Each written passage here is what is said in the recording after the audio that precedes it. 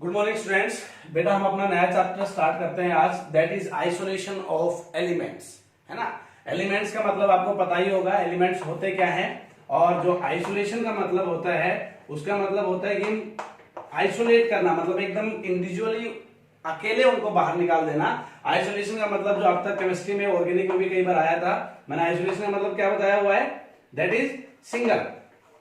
है ना। 11th में आपने पढ़ा होगा आयोनाइजेशन एंथैल्पी में, इलेक्ट्रॉन गेन एंथैल्पी में, जिसमें लास्ट में 3 वर्ड आते हैं, that is isolated gaseous atom. मैं आपको याद दिला रहा हूं कि आइसोलेटेड या ये वर्ड हमने कहां पढ़ा हुआ है। जब हम ionization enthalpy, electron gain enthalpy की स्टडी करते हैं तब वहां पे आता है the energy required to remove an electron from the outermost shell of an isolated gaseous atom. Isolated का मतलब यहाँ पे क्या होता है बेटा, सिंगल होना चाहिए। है ना। अपनी वो बिल्कुल एलिमेंटल फॉर्म में प्रेजेंट होना चाहिए, लाइक हाइड्रोजन H होना चाहिए, ना कि H2 होना चाहिए। है ना। तो आइसोलेशन का मतलब यहाँ पे भी यही है कि जो आपका एलिमेंट हमारी अर्थ क्रस्ट में प्रेजेंट होता है, या वी कैन से कि जो समुद्र में प्रेजेंट होता है, वो क्या मिलेगा, इंप्योरिटीज के साथ मिलेगा। तो इंप्योरिटीज के साथ जब वो मिलेगा तो हम उन इंप्योरिटीज को हटा के उस एलिमेंट को अकेले कैसे बाहर निकालेंगे, that is isolation of elements. मैंने आपको जनरल सिंपल लैंग्वेज में समझाया कि आइसोलेशन का मतलब क्या होता है, कौन कौन से प्रिंसिपल्स, कौन कौन सी टेक्निक हम यहाँ पे यूज करेंगे, वो सब हम लोग इस चैप्टर में पढ़ेंगे। तो बेटा अपना चैप्टर स्टार्ट करते हैं, that is isolation of elements. Elements का आइसोलेशन हम लोग कैसे करेंगे। एलिमेंट्स के बारे में अगर मैं जिक्र करूं तो एलिमेंट्स आपको पता है बेटा कि जितने भी मैटर हमारे अर्थ में प्रेजेंट होते हैं उन सब की बेसिक यूनिट है एलिमेंट। है ना। तो ये जो एलिमेंट्स हैं ये हमारे एटमॉस्फेयर में कैसे प्रेजेंट होते हैं, अर्थ क्रस्ट में कैसे प्रेजेंट होते हैं, अर्थ क्रस्ट में जो अर्थ क्रस्ट की लेयर होती है बेटा लिथोस्फेयर, उसमें ये कैसे प्रेजेंट होते हैं, हाइड्रोस्फेयर मींस ये समुद्र में कैसे प्रेजेंट होते हैं, कैसे हम इनको बाहर निकाल सकते हैं, कौन कौन सी प्रोसेसेस हम लोग यूज करेंगे, वो सब हम लोग इस चैप्टर में पढ़ेंगे आइसोलेशन ऑफ एलिमेंट्स में। ठीक है बेटा।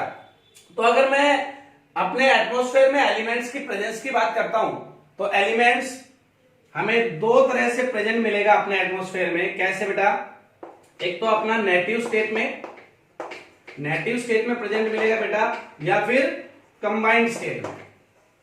ध्यान देना, नेटिव स्टेट में प्रेजेंट मिलेगा बेटा या फिर कंबाइंड स्टेट में प्रेजेंट मिलेगा। अब अगर मैं बात नेटिव स्टेट की करता हूं तो नेटिव स्टेट में प्रेजेंट होने का मतलब क्या है, या नेटिव स्टेट में कौन से एलिमेंट्स प्रेजेंट होते हैं बेटा, वो एलिमेंट्स जिनके ऊपर जो हमारा इन्वायरमेंट है उसकी मॉइस्चर, कार्बन डाइऑक्साइड, ऑक्सीजन, इन सब का कोई इफेक्ट नहीं होता है ना।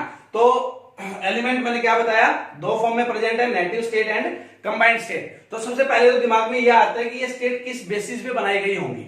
है ना। तो बेटा ये एलिमेंट्स की केमिकल रिएक्टिविटी के बेसिस पे बनाई गई स्टेट है, और आपको पता है हर एक एलिमेंट की केमिकल रिएक्टिविटी अलग अलग होती है। तो केमिकल रिएक्टिविटी के बेसिस पे हमने दो स्टेट बनाई, that is native state. Native state मतलब जो हमारे एटमॉस्फेयर की मॉइस्चर है, या ऑक्सीजन है, या कार्बन डाइऑक्साइड है, उनका कोई इफेक्ट नहीं पड़ने वाला है उनके ऊपर। और कंबाइंड स्टेट का मतलब है the elements which are affected by the moisture, oxygen and carbon dioxide of the air. है ना। तो बेटा अब अगर इन सब से वो अफेक्ट होगा तो वो अपने किसी ना किसी कंपाउंड की फॉर्म में मिलेगा। किस फॉर्म में मिलेगा वो एलिमेंट, हमें अपने कंपाउंड की फॉर्म में मिलेगा। और कंपाउंड की फॉर्म में होने का मतलब यहाँ पे क्या है, we can say with impurities मिलेगा। है ना। और ये जो अपने कंपाउंड की फॉर्म में प्रेजेंट होते हैं इन्हीं को हम लोग क्या बोलते हैं बेटा, मिनरल्स बोलते हैं। इन्हीं को हम लोग क्या बोलते हैं, मिनरल्स बोलते हैं। ये आपने नाम सुना होगा। है ना।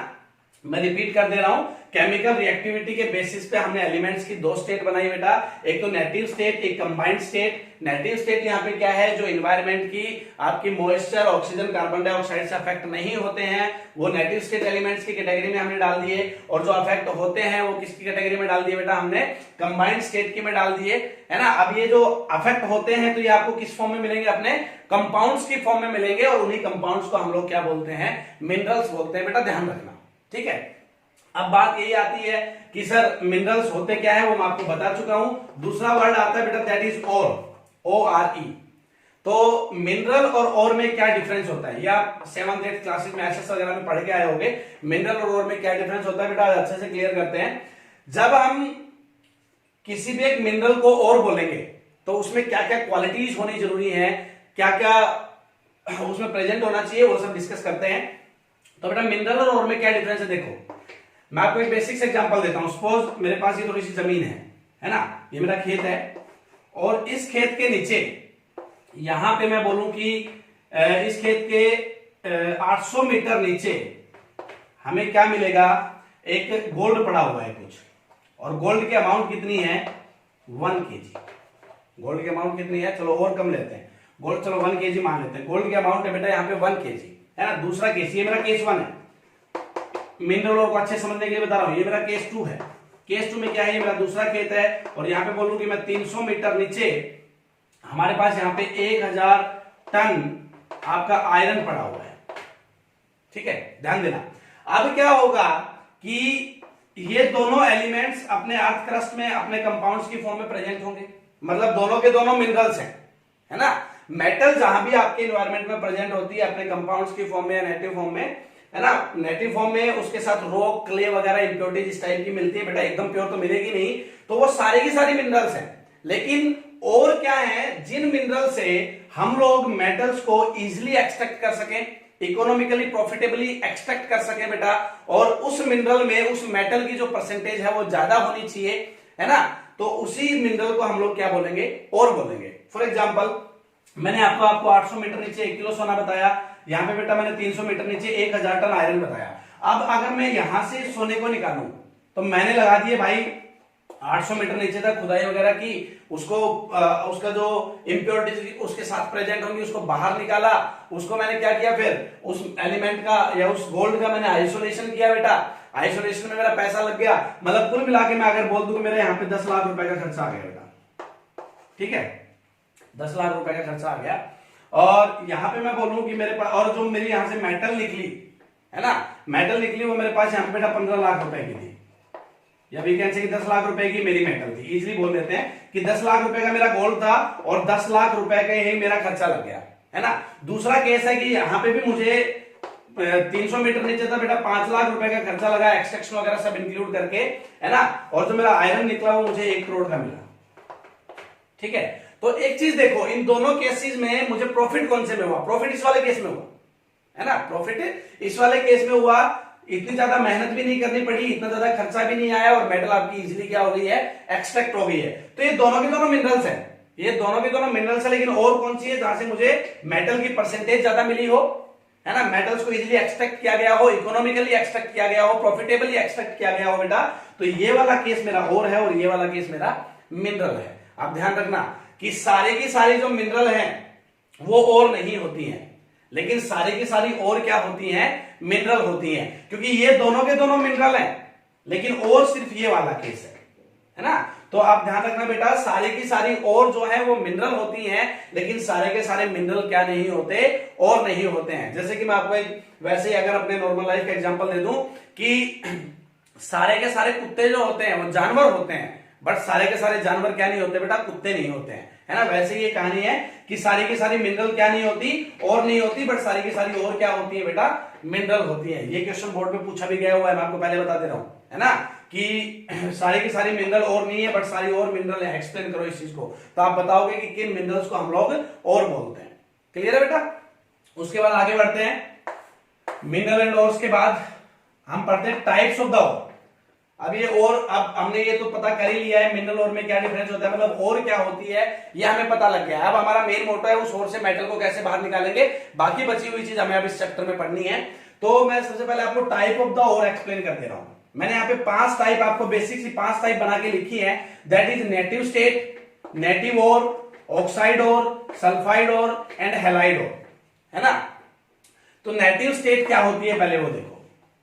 नेटिव स्टेट वही आपकी जो एकदम फ्री स्टेट होती है ना, जिसके ऊपर आपकी जो इन्वायरमेंट है उसकी मॉइस्चर का, है ना, और उसकी ऑक्सीजन का, कार्बन डाइऑक्साइड का कोई इफेक्ट नहीं पड़ने वाला है, that is the native state, है ना। ये नेटिव स्टेट हम लोग एक तरह से एलिमेंटल स्टेट बोल देते हैं, टाइप ऑफ और में लिखने की बजाय अगर मैं इसको एलिमेंटल स्टेट बोलूं तो अच्छी बात है ना बेटा। तो नेटिव स्टेट हो गई, ये एकदम आपकी फ्री स्टेट में प्रेजेंट है। लेकिन नेटिव और किसको बोलूंगा मैं, नेटिव और उसको बोलूंगा जिसमें आपकी मेटल तो ऐसी प्रेजेंट है जिसके ऊपर मॉइस्चर वगैरह का इनका इफेक्ट नहीं पड़ने वाला है, बट फिर भी वो रॉक वगैरह, क्ले वगैरह और अदर बेसिक सी इंप्योरिटीज के साथ वो प्रेजेंट होती है, मतलब एकदम क्लीन नहीं मुझे नहीं मिलने वाली है, तो उसको हम लोग बोलेंगे नेटिव और, है ना। नेटिव और मतलब ऐसी मेटल प्रेजेंट है उसमें जो कि अनरिएक्टिव है ना बेटा।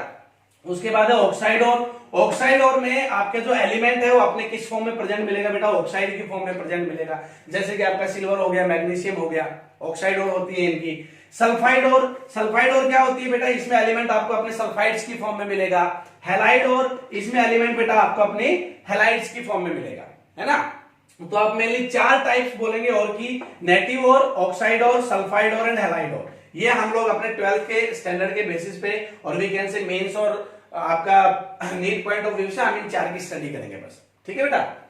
उसके बाद है हमें और पता लग गई है और क्या होती है, उसकी छोटी छोटी टाइप्स पता लग गई है। अब बात आती है कि हम अपना काम स्टार्ट करें। हमें ये पता लग गया है कि यहाँ पे आपकी कोई एलिमेंट या कोई मेटल प्रेजेंट है, तो अब हम अपना काम स्टार्ट करें, मतलब उसको आइसोलेट करें। तो आइसोलेट करने का जो प्रोसेस होता है, मेटल को किसी और से बाहर निकालने का जो प्रोसेस होता है बेटा, उसको हम लोग मेटलर्जी या मेटलर्जिकल प्रोसेसेस बोलते हैं, है ना। मेटलर्जी बोलेंगे उस प्रोसेस को, और जो जो स्टेप यूज होंगे उसमें हम उनको मेटलर्जिकल प्रोसेस बोल देंगे, ठीक है बेटा।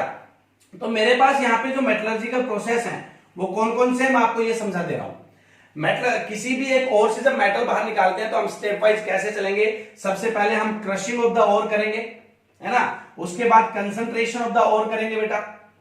क्रशिंग ऑफ द ओर में हम लोग क्या करेंगे, जैसे मैं आपको समझाऊं तो कि हमने किसी ओर से बहुत बड़ा टुकड़ा निकाल लिया, ठीक है, बहुत एक पत्थर सा तोड़ दिया, हमें उस पता है कि उस पत्थर में आयरन प्रेजेंट है, ठीक है बेटा। अब आयरन इंडिविजुअली अपने एलिमेंटल फॉर्म में तो होगा नहीं अर्थ क्रस्ट में, हमें उसके साथ बहुत सारी इंप्योरिटीज मिल गई, तो मैं क्या करूंगा, सबसे पहले उसको क्रश करूंगा, ठीक है। उसको छोटे छोटे पीसेस में उसको पाउडर फॉर्म बना लो, है ना। क्रशिंग करेंगे, उसके बाद कंसंट्रेशन। कंसंट्रेशन का मतलब है कि कोशिश करो कि आप इंप्योरिटीज को बाहर फेंक दो और ज्यादा से ज्यादा जो आपके पास बचे उसमें ज्यादा से ज्यादा परसेंटेज किसकी हो, आपकी जो जिस चीज की और है, जो एलिमेंट है उसकी हो। उसके बाद करेंगे बेटा कंसंट्रेशन ऑफ ओर होने के बाद extraction of the crude metal, जो कच्ची मेटल होगी उसका एक्सट्रैक्शन करेंगे, है ना, किसमें से, कंसंट्रेटेड ओर में से। और वीकेंड से बेसिकली हम बोल सकते हैं कि हम रिडक्शन करेंगे यहाँ पे, है ना। और उसके बाद रिडक्शन होने के बाद हम लास्ट में रिफाइनिंग ऑफ द मेटल करेंगे, और रिफाइनिंग में आपको जाके प्योर मेटल मिलेगी। मतलब किसी और से जब मेटल निकालेंगे तो मुझे कौन कौन से मेटलर्जिकल प्रोसेसेस को इंक्लूड करना पड़ेगा बेटा, crushing of the ore, concentration of the ore, extraction of crude metal from the concentrated ore, और we can say reduction and refining, ठीक है बेटा। ये 4 स्टेप रहेंगे, एक एक करके हम सब ओर्स के बारे में अपने इस चैप्टर में इन सब स्टेप्स को पढ़ेंगे। बहुत सी मेटल्स या बहुत सी ओर्स को हम कैसे निकालेंगे, जो आपका इंडिविजुअल एलिमेंट है या जो प्योर मेटल है उसको कैसे एक्सट्रैक्ट करेंगे, स्टेप वाइज हम इन सब प्रोसेसेस को इस चैप्टर में पढ़ेंगे। तो आज था ये जनरल इंट्रोडक्शन इस चैप्टर का कि हम लोग इसमें क्या क्या पढ़ने वाले हैं, है ना बेटा। तो मैंने आपको, मैं एक बार रिपीट कर दे रहा हूं पूरा का पूरा लेक्चर 2 मिनट में। इंट्रोडक्शन में क्या बताया कि एलिमेंट जो होती है आपकी बेसिक यूनिट होती है बेटा मेटल की, कैसे प्रेजेंट होती है वो सब हम इस चैप्टर में डिटेल में पढ़ेंगे। मैंने आपको बताया 2 फॉर्म में प्रेजेंट होती है on the basis of their chemical reactivity, native state and combined state. Combined state वाली को हम लोग मिनरल बोल देते हैं बेटा, है ना। नेटिव स्टेट, कंबाइंड स्टेट क्या होती है ये आपको पता होना चाहिए। फिर मिनरल और ओर में क्या डिफरेंस होता है, इंपॉर्टेंट है, मैं फिर रिपीट कर रहा हूं, मिनरल और ओर में क्या डिफरेंस होता है उसको अच्छे से पढ़ेंगे। उसके बाद बेटा टाइप ऑफ द ओर कौन कौन सी है, नेटिव और, ऑक्साइड और, सल्फाइड और, हैलाइड और के बारे में पढ़ेंगे, है ना। उसके बाद मेटलर्जिकल प्रोसेसेस का जो इंट्रोडक्शन मैंने आपको दिया है कि मेरे पास 4 स्टेप रहेंगे किसी भी एक ओर में से मेटल को बाहर निकालने के, that is crushing, concentration, reduction and refining, है ना। इन सब की अब हम एक एक करके धीरे धीरे डिटेल स्टडी करेंगे। तो आप आज इस चैप्टर के सिर्फ इंट्रोडक्शन को देखेंगे और मैं आपको जो आज नोट्स प्रोवाइड करूंगा उसमें एक बात ध्यान रहे, आपको जो मैंने यहाँ पे लिखा है ना, दैट इज नेटिव और, ऑक्साइड और, सल्फाइड और, हैलाइड्स और, ये आपको एलिमेंट्स के हिसाब से उनका फॉर्मूला और नोट्स के नाम मिलेंगे आपको बेटा, वो याद करने हैं। और उस टेबल में से मैं गारंटी देता हूं बोर्ड में 1 नंबर का क्वेश्चन पक्का आने वाला है ना। तो आप उस टेबल को अच्छे से याद करेंगे। ये जनरल इंट्रोडक्शन बेटा, नेक्स्ट चैप्टर में हम लोग अपना क्रशिंग से चैप्टर को स्टार्ट करेंगे। Thank you.